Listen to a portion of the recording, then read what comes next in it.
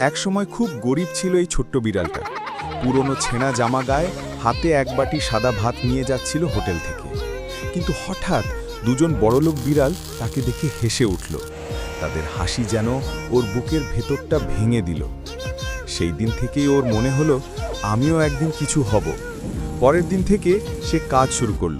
ইলেকট্রিকের ঝালাইয়ের কাজ, হাতে পোড়া দাগ, কপালে ঘাম, তবু আশা হারায়নি। দিন যায়, মাস যায়, ছোট ছোট কাজ করে, শিখতে থাকে, চেষ্টা চালিয়ে যায়। একদিন সেই গরিব বিড়ালটাই হয়ে গেল বড় ব্যবসায়ী। এখন সবাই তাকিয়ে দেখে অবাক হয়ে। সেই যে এক বাটি সাদা ভাত নিয়ে কেঁদেছিল, আজ তার টেবিলে সাজানো আছে সাফল্যের ভাতের বাটি। জীবন হাসলে নয়, কাঁদলেও জেতা যায় যদি হাল না ছাড়ো। যদি ভিডিওটি আপনাদের ভালো লাগে তাহলে লাইক ও সাবস্ক্রাইব করতে ভুলবেন না।